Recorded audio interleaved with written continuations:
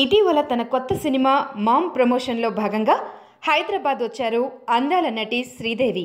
అయితే ఒక ఇంటర్వ్యూలో తనకు మహేష్ బాబు అంటే చాలా ఇష్టమని చెప్పారు. మహేష్ బాబు ఉన్నారంటే ఆ సినిమాను తను చూడాల్సిందే అన్నారు. మహేష్ గారి యాక్టింగ్, ఆయన స్టైల్ని చాలా ఎంజాయ్ చేస్తానని శ్రీదేవి చెప్పారు.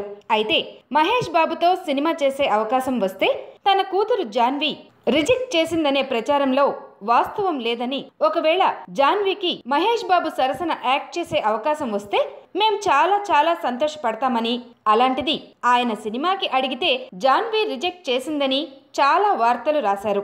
అదంతా అబద్ధం అని చెప్పారు. జాన్వి వయసెంత? తనింకా సినిమాలు కూడా మొదలు పెట్టలేదు. అప్పుడే ఒక హీరోని రిజెక్ట్ చేస్తుందా? నిజమేంటో తెలుసుకోకుండా ఏది పడితే అది రాసేస్తే ఆ అమ్మాయికి పొగరు అనరా అని ప్రశ్నించారు. ఇలాంటి అబద్ధపు వార్తలు చదివితే ఒక తల్లిగా తనకెంత బాధగా ఉంటుందో అర్థం చేసుకోండి అని తన ఆవేదనను వెళ్ళగక్కారు. హాయ్ ఫ్రెండ్స్, మా టుడే టుమారో యూట్యూబ్ ఛానల్ చూస్తున్నందుకు చాలా థ్యాంక్స్. మరిన్ని లేటెస్ట్ వీడియోస్ కోసం వెంటనే సబ్స్క్రైబ్ చేయండి. అలాగే ఈ బెల్ ని కూడా రింగ్ చేసేయండి. మా నోటిఫికేషన్స్ అన్ని మీ మొబైల్లో వస్తాయి. అలాగే మా వీడియోస్ మీకు నచ్చితే లైక్ చేయండి, షేర్ చేయండి, నచ్చకపోతే కామెంట్ చేయండి.